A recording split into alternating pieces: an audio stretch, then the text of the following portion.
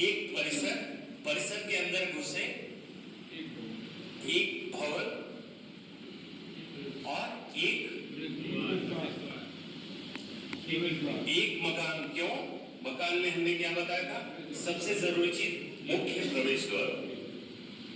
अब देखिए, ध्यान से देखिए, ये फिर से घुसते एक परिसर में घुसे, ये एक भवन, दो जनगणना मकान। क्यों? क्योंकि दो मुख्य प्रवेश द्वार। ठीक, ये उदाहरण हो गया। अब आते हैं सर दूसरी चीज पे। एक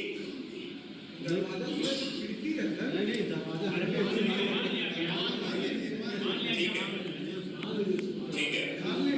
अब अगला उदाहरण है, एक मेन रेजिडेंस है, ठीक है, एक मेन रेजिडेंस है और एक किचन है, रसोई बाहर, ठीक। और उसके बाद एक कैटल शेड है। कैटल शेड मतलब पशुशाला, ठीक है। और मान लीजिए एक गैरेज भी। ध्यान से सुनिएगा मेरी बात। जब भी हम जनगणना करेंगे तो भवन, परिसर और मकान के केस में दो तरह की चीजें हैं, एक पोजीशन, एक यूज। यूज बदलेगा तो मकान बदलेगा। इस केस में देखते हैं, चलिए।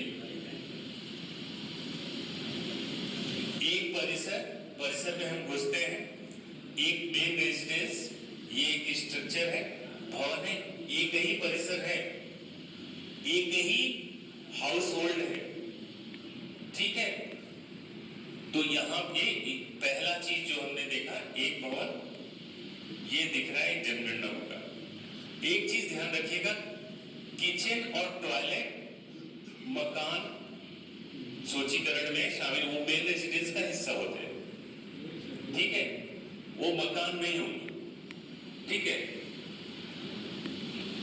एक मकान ये हो गया।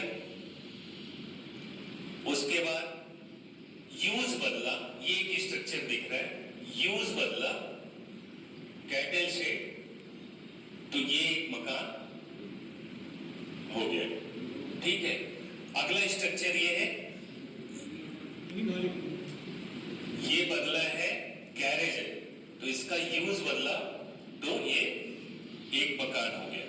तो इस केस में अगर हम जाएंगे तो एक हाउस होल्ड ये सारी चीजें यूज कर रहा है, इसलिए एक भवन। और जनगणना मकान कितने?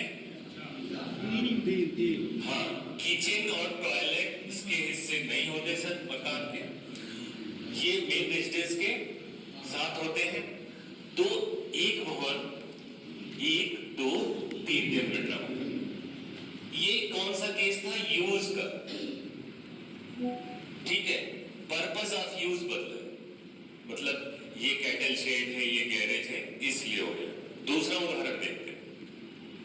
दूसरा उदाहरण है, एक गैरेज है, एक मेन रेजिडेंस है और एक ये सर्वेंट का क्वार्टर है, मान लीजिए। नहीं, ठीक है, ठीक है। ये एक घर है, इसमें ये केस है, गैरेज है, मेन रेजिडेंस है और ये सर्वेंट का क्वार्टर। केस नंबर 1, हम घुसते हैं, हम इनसे पूछते हैं, इनका ये मेन रेजिडेंट है, ये इनका सर, ये बताते हैं कि नहीं हम साथ में खाना खाते हैं। तो एक ही परिसर में ये रहते हैं, तो एक भवन, इस केस में ये एक परिवार हो गया, ठीक। मकान कितने हुए सर? 1 और 2।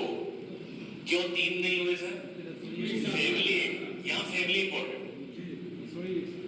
यूज बदला तो ये एक मकान हो गया और ये खाना साथ में खाते हैं तो एक फैमिली हो गई। केस नंबर 2, अब ये साथ में खाना नहीं खा तो फैमिली बढ़ गई, मकान बदल गया। इस केस में 3 जनगणना मकान। आपके पास उदाहरण भी, कोई पेज नंबर बताए?